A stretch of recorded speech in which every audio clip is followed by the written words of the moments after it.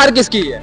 सरकार क्या करेगी उसमें? देखो सरकार भी आवाम ने बनाई, एलओपी साहब को भी आवाम ने मैंडेट दिया। देखो उसको तो हम रेस्पेक्ट करते हैं। मैंने आपको पहले 29 एमएलए उनके हैं तो वो उनकी अपोजिशन है, ठीक है जी। अब उनका सांठगांठ क्या कि वो वहाँ पार्टी गवर्नमेंट के साथ बैठ के, तो यहाँ से उनके साथ कनेक्शन मिला के मुझे समझ नहीं आता। देखिए एक अलग हेरफेर ये अपने शशांक नटनू जी जो है हमारे नेशनल कॉन्फ्रेंस से जो है वो ताल्लुकात रखते हैं।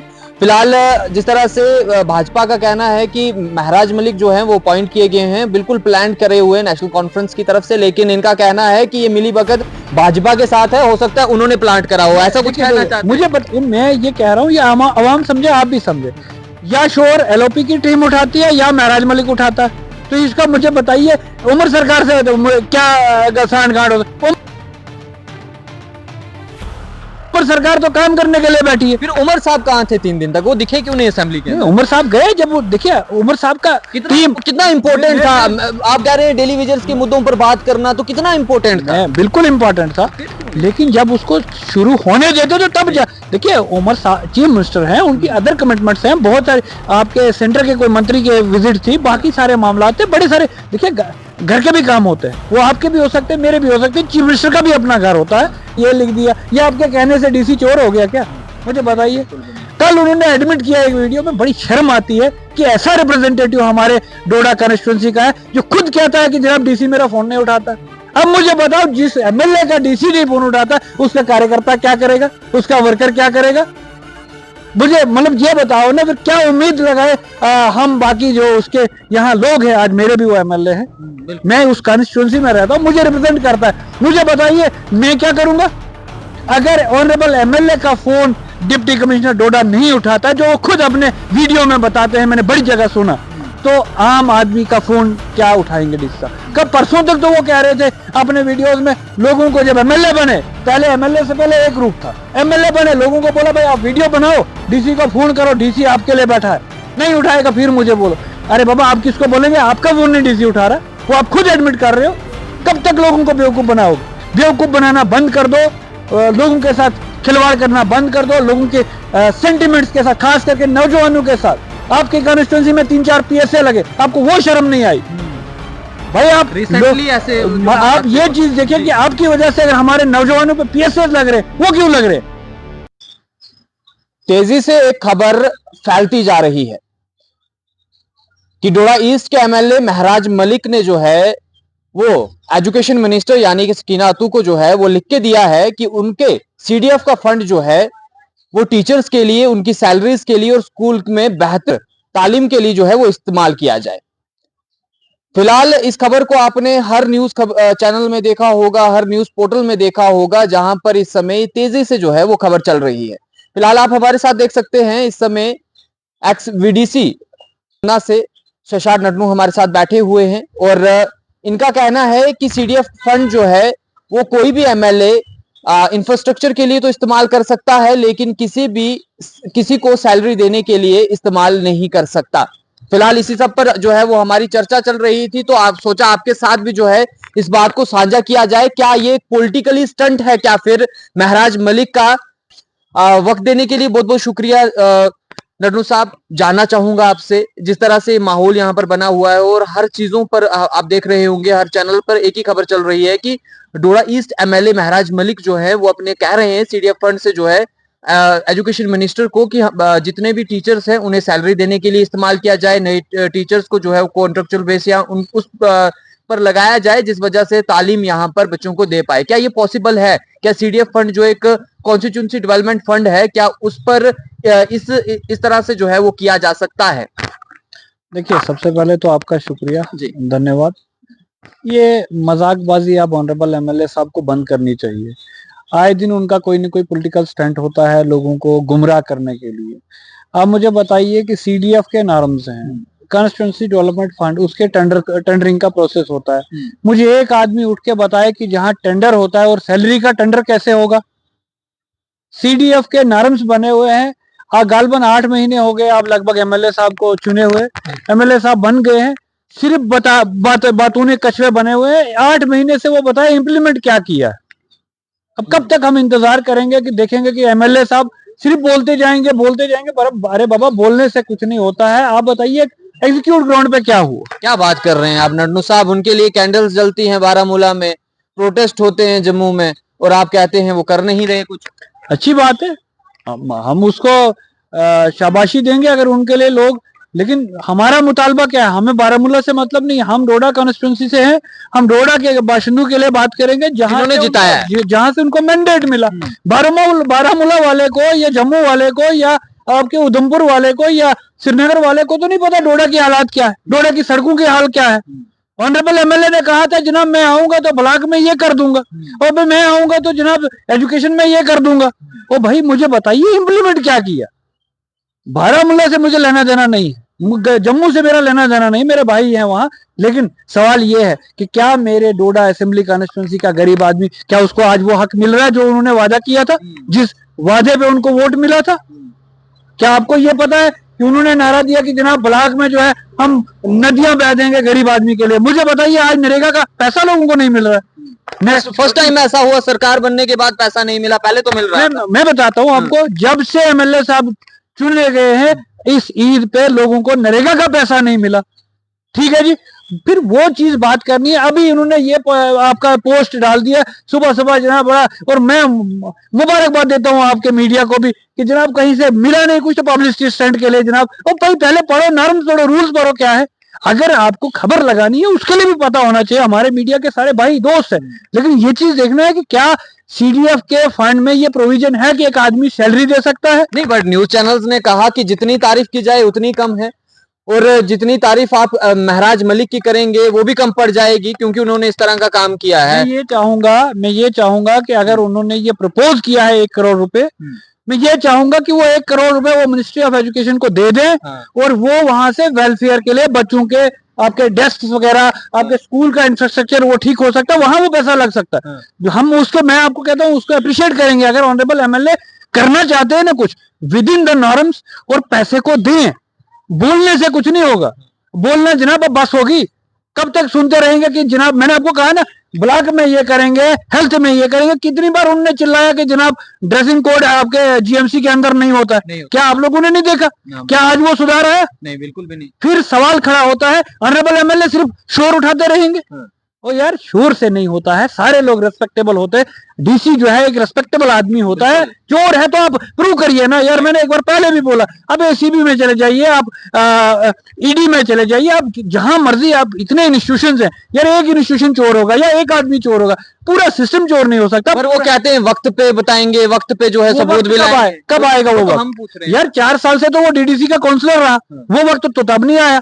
8 महीने ये हो गया, मतलब 5 साल उसको होने को आए हैं। जो इलेक्टेड पावर उसके पास है, मैं ऐसे, उम्र तो उनकी मेरे से ज्यादा होगी, गालबन 35 के आसपास की उम्र होगी। मुझे बताइए कि जब से उनके पास पब्लिक मैंडेट आया है तब से 5 साल हो गए। मुझे 5 साल में वो एक एग्जीक्यूशन बता दें क्या की है? डीडीसी के टाइम पे बिल्कुल, डीडीसी से लेके अभी तक। हाँ। अभी ऑनरेबल एमएलए वो 8 महीने होने को है, लेकिन कब तक हम ये सुनेंगे कि जनाब ये कर देंगे?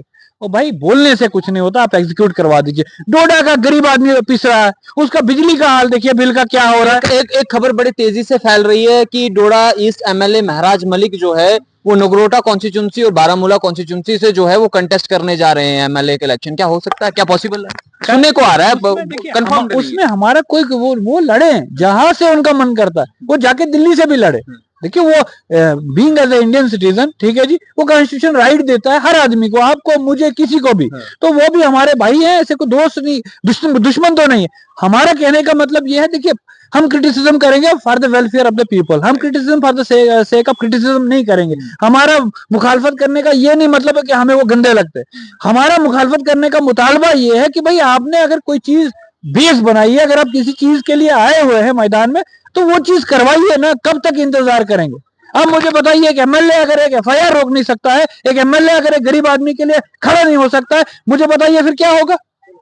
अगर एक पब्लिक रिप्रेजेंटेटिव और 1 लाख लोगों की रिप्रेजेंटेशन है उस आदमी के पीछे, मजाक नहीं है। बिल्कुल भाई, अगर फिर एग्जीक्यूशन कुछ नहीं है आपकी, that means you are zero. तो फेसबुक पे आके चिल्लाएंगे, ये करेंगे, उससे अब तो पॉलिटिकल स्टंट्स, अब तो हम तो नहीं मानेंगे। नहीं, तो ये क्या है जो ये सीडीएफ फंड का एक ढंडोरा पीटा जा रहा है? एक जो है वो लेटर लिखा गया है स्किनातू जी को, एजुकेशन मिनिस्टर को। क्या इसमें कोई सच्चाई है क्या? फिर ये एग्जीक्यूट होगा भी क्या नहीं? क्या ये सैलरी बेसिस पे? और एजुकेशन को किस तरह से सुधारा जा सकता है, खास तौर पर टीचर्स को किस तरह से लाया जा सकता है जो देखिए कमियां हैं? मैं आपको बताता हूँ, दो चीजें हैं। ऑनरेबल एमएलए साहब के लेटर्स जब से एमएलए वो बने हैं, उन्हीं के फेसबुक या ट्विटर पेज पे आप देख लीजिए कितने लेटर आए हैं और उनमें से कितनों की एग्जीक्यूशन हुई। आप और जनता वहां से तय करे। खुदा मैं मतलब हाथ जोड़ के लोगों से भी ये गुजारिश कर रहा हूँ कि जनाब उनके अभी तक लेटर को 500 होंगे, अब उनपे देखिए इम्प्लीमेंटेशन कितनी हुई। फिर दोबारा आप मेरे पास आइए, फिर सवाल कीजिए। यार मैं भी लेटर लिख सकता हूँ, आप भी लिख सकते हैं। वो कभी मोदी साहब के नाम पे भी लेटर अपने फेसबुक, क्या वो वहां पहुंचा कि वो वहां से आगे की कार्रवाई बताएं कि क्या हुआ? सवाल ये, वहां से आवाम को रिलीफ मिलेगा कि अगर मैं ऑनरेबल प्राइम मिनिस्टर को, नरेंद्र मोदी जी को या होम मिनिस्टर जी को या किसी भी अपने ऑनरेबल चीफ मिनिस्टर को चिट्ठी लिखूंगा, उसका फीडबैक क्या है वो पब्लिक को दिखाओ, वो महत्व वो मैटर करता है ना। वो चीज से लोगों को रिलीफ मिलेगा। भाई मैं बताऊंगा मैंने क्या, दस्तखत करने से क्या होगा यार? चिट्ठी आप भी लिखते जाओ कि भाई मैंने डीसी को ये लिख दिया, या आपके कहने से डीसी चोर हो गया क्या? मुझे बताइए। कल उन्होंने एडमिट किया एक वीडियो में, बड़ी शर्म आती है कि ऐसा रिप्रेजेंटेटिव हमारे डोडा कॉन्स्टिट्यूंसी का है जो खुद कहता है कि जनाब डीसी मेरा फोन नहीं उठाता। अब मुझे बताओ, जिस एमएलए का डीसी नहीं फोन उठाता, उसका कार्यकर्ता क्या करेगा, उसका वर्कर क्या करेगा? मुझे मतलब ये बताओ ना, फिर क्या उम्मीद लगाए हम बाकी जो उसके यहाँ लोग हैं। आज मेरे भी वो एमएलए हैं, मैं उस कॉन्स्टिट्यूंसी में रहता हूँ, मुझे रिप्रेजेंट करता है। मुझे बताइए मैं क्या करूंगा अगर ऑनरेबल एमएलए का फोन डिप्टी कमिश्नर डोडा नहीं उठाता, जो वो खुद अपने वीडियो में बताते हैं, मैंने बड़ी जगह सुना। तो आम आदमी का फोन क्या उठाएंगे डीसी साहब? कब परसों तक तो वो कह रहे थे अपने वीडियोस में, लोगों को जब एमएलए बने, पहले एमएलए से पहले एक रूप था, एमएलए बने लोगों को बोला भाई आप वीडियो बनाओ, डीसी को फोन करो, डीसी आपके लिए बैठा है, नहीं उठाएगा फिर मुझे बोलो। अरे बाबा आप किसको बोलेंगे? आपका फोन नहीं डीसी उठा रहा, वो आप खुद एडमिट कर रहे हो। कब तक लोगों को बेवकूफ बनाओगे? बेवकूफ बनाना बंद कर दो, लोगों के साथ खिलवाड़ करना बंद कर दो, लोगों के सेंटिमेंट्स के साथ, खास करके नौजवानों के साथ। आपकी कॉन्स्टिट्यूंसी में 3-4 पीएसए लगे, आपको वो शर्म नहीं आई? भाई आप रिसेंटली ऐसे आप ये चीज देखिए कि आपकी वजह से अगर हमारे नौजवानों पे पीएसए लग रहे, वो क्यों लग रहे? भाई आप आके एडमिनिस्ट्रेशन से बात करो क्या मामला थे। कब तक हम चुप बैठेंगे? हमारे नौजवानों को पीएसए लगेंगे, या हमें नहीं पता कि उनके वियर अबाउट्स क्या है। बट ये चीज है कि आप ही कहते हो कि जनाब इनको, ये पॉलिटिकल वर्कर थे मेरे, उन पे पीएसए लगाए। तो भाई ये आपके पॉलिटिकल वर्कर थे तो क्यों लगने दिया? भाई सवाल खड़ा होता है ना कि क्यों आपने लगने दिया। तो ये सारे मामला थे। ऑनरेबल एमएलए को चाहिए कि बिना ये बातें करने को छोड़ के वो आए मैदान में, ग्राउंड में आए, काम करे। नटू साहब, एक चीज बड़ी जरूरी अहम चीज जानना चाहूंगा आपसे। असेंबली के पिछले दौर में आपने देखा कि महराज मलिक के ऊपर जो है वो हमला हुआ, अटैक हुआ, और असेंबली के अंदर आपने देखा होगा कि एक ही शोर गुल जो है वो देखने को मिला। 3 दिन तक जो है वो वहां पर बड़े बिल्स के ऊपर बात होने वाली थी, बहुत सारे अहम मुद्दों पर बात होने वाली थी। आप नेशनल कॉन्फ्रेंस से जो है वो अपने ताल्लुकात रखते हैं, सरकार इस समय नेशनल कॉन्फ्रेंस की बनी हुई है। उमर अब्दुल्ला 3 दिन तक हमें वहां पर दिखाई नहीं दिए, एक चीज जो इंपॉर्टेंट था काफी ज्यादा। और दूसरी बात ये कि क्या महराज मलिक को खुद अपॉइंट किया है नेशनल कॉन्फ्रेंस ने कि सरकार ने, कि किसी भी मुद्दे पर बात करने नहीं देनी? क्योंकि हम देख रहे हैं ये भाजपा का भी सवाल है, और भाजपा ने जो है, जो एलओपी साहब हैं हमारे सुनील साहब, उन्होंने जो है वो आरोप लगाए हैं उमर अब्दुल्ला साहब के ऊपर। तो ये यहाँ पर देखने वाली चीज है, क्या ये सच में जो है प्लान करा हुआ है? क्योंकि आप भी नेशनल कॉन्फ्रेंस से ताल्लुक रखते हैं। मैं इसका जवाब आपको देखिए, मैं नेशनल कॉन्फ्रेंस से ताल्लुक रखता हूँ, इसमें कोई शक नहीं है। सवाल ये पैदा होता है कि ऑनरेबल एमएलए ऊपर जो हमला हुआ वो कंडेमेबल है, उससे मजम्मत करते हैं, कड़ी तनकीद करते हैं। देखिए एक पब्लिक रिप्रेजेंटेटिव है, इख्तलाफ अपनी जगह है। नेशनल कॉन्फ्रेंस हर उस आदमी के साथ खड़ी है। देखिए उसको मैंने आपको पहले कहा कि वो 1 लाख आदमी का रिप्रेजेंटेटिव है, उसके ऊपर हमला, वो 1 लाख आदमियों के ऊपर हमला है, उसको हम कंडेम करते हैं। ठीक है जी। दूसरी बात, बड़ा अच्छा सवाल है कि आपने बोला वहां टेलीविजन की बात होनी थी। मुझे बताइए उसको प्लांट किसने किया है? भाजपा वाले सुनील शर्मा क्या बात करेंगे? मुझे बताइए, कल तक जो इतना महराज मलिक साहब ने इतना बोला, तो कल तक तो सरकार नेशनल कॉन्फ्रेंस की नहीं थी, और आज भी नेशनल कॉन्फ्रेंस की सरकार के पास होम नहीं है। ठीक है जी। अगर कोई अनएथिकल है या कोई चीज है तो से वो क्या कर रहे हैं, वो क्या किसको बता रहे हैं, बेवकूफ किसको बना रहे हैं। ये सारा टोपी ड्रामा इनका मिली भगत है, मिली भगत करके, क्योंकि उनको पता था कि इस बार उमर सरकार डेली वेजर्स का कोई हल करेगी, कोई बात करेगी उनके ऊपर, या उमर सरकार जो है आपके बाकी जो मामलात हैं, जो हमारे पीएचई के डेली वेजर्स है, या बड़े सारे इश्यूज है जो कॉमन मैन के इश्यूज है, उन पर बात होगी। उन्होंने ये ड्रामा शुरू कर दिया। देखिए सवाल सिंपल सा है, मुझे ये बताइए कि अगर वो इतना सब कुछ कर रहे हैं तो बैक किसकी है उनको?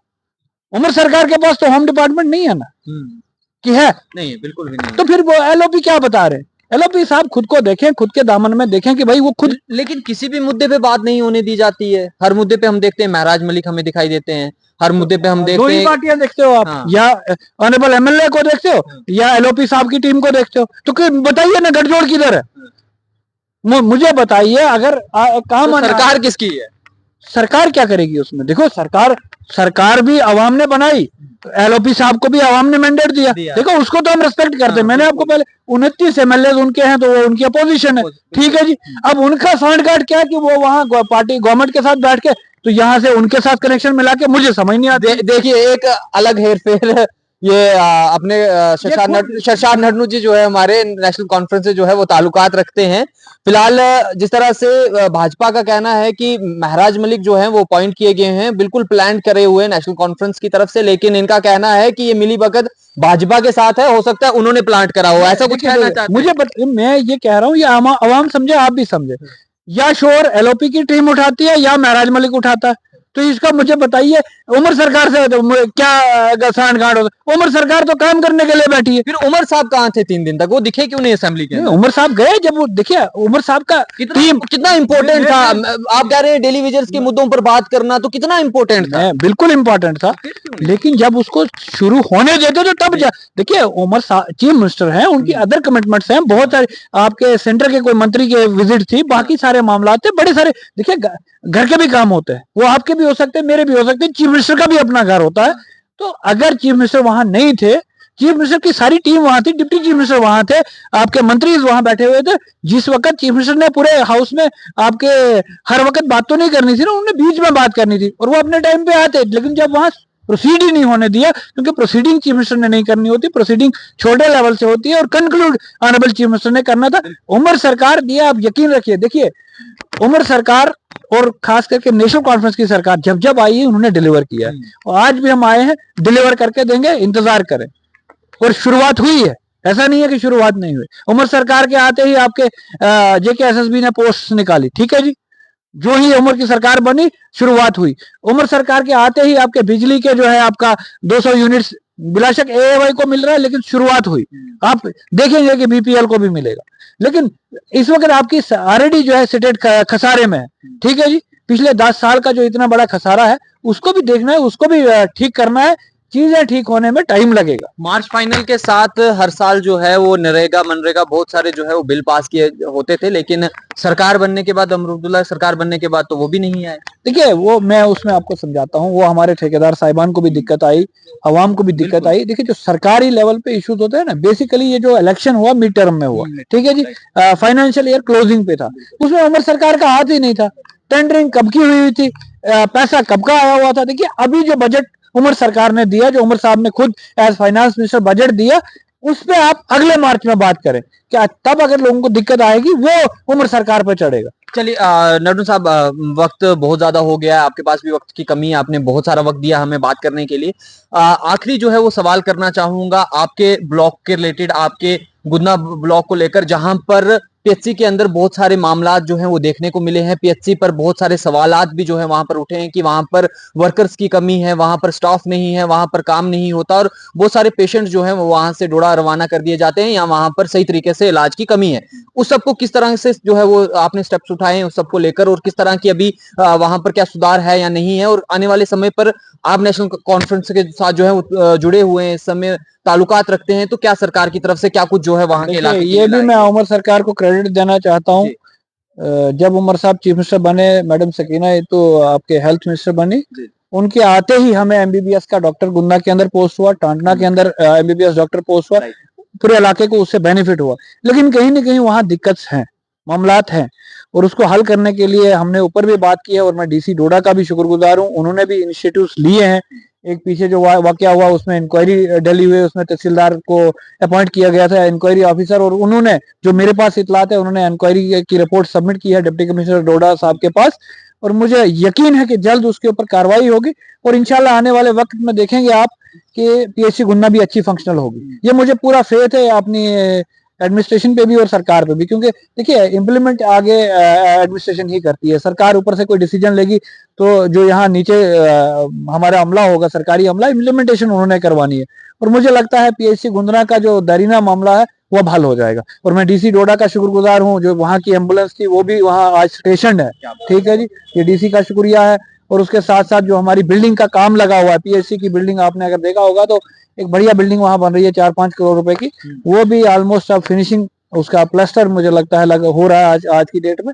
तो चंद ही 1-2 महीने के अंदर इंशाल्लाह वो हमारी बिल्डिंग भी फंक्शनल होगी और ये वाला मामला हमारे लोगों का हल हो जाएगा। तो गुन्ना के लोगों से जब आपकी बातचीत हुई सबको लेकर, अब किस तरह का रवैया है उनका, किस तरह का कहना है और क्या कहना है उनका सबका लेकर, पीएचसी को लेकर? क्योंकि बहुत सारे लोगों के दिल में और बहुत सारे लोग जो थे वो बहुत ज्यादा नाराज थे पीएचसी के मामले। बिल्कुल बिल्कुल, मैं खुद भी नाराज था, लोग नहीं मैं भी नाराज था, लेकिन आज की डेट में लोग डीसी डोडा के शुक्रगुजार हैं और ये उम्मीद लगाए बैठे हुए हैं कि जो इंक्वायरी रिपोर्ट तहसीलदार गुंदरा ने सबमिट की है उसके ऊपर एक्शन हो। बहुत बहुत धन्यवाद वक्त देने के लिए। हमारे साथ शशार नटनू जी थे जो कि एक्स वीडीसी गुन्ना ब्लॉक से थे और कॉन्फ्रेंस से जो है वो अपने ताल्लुकात रखते हैं।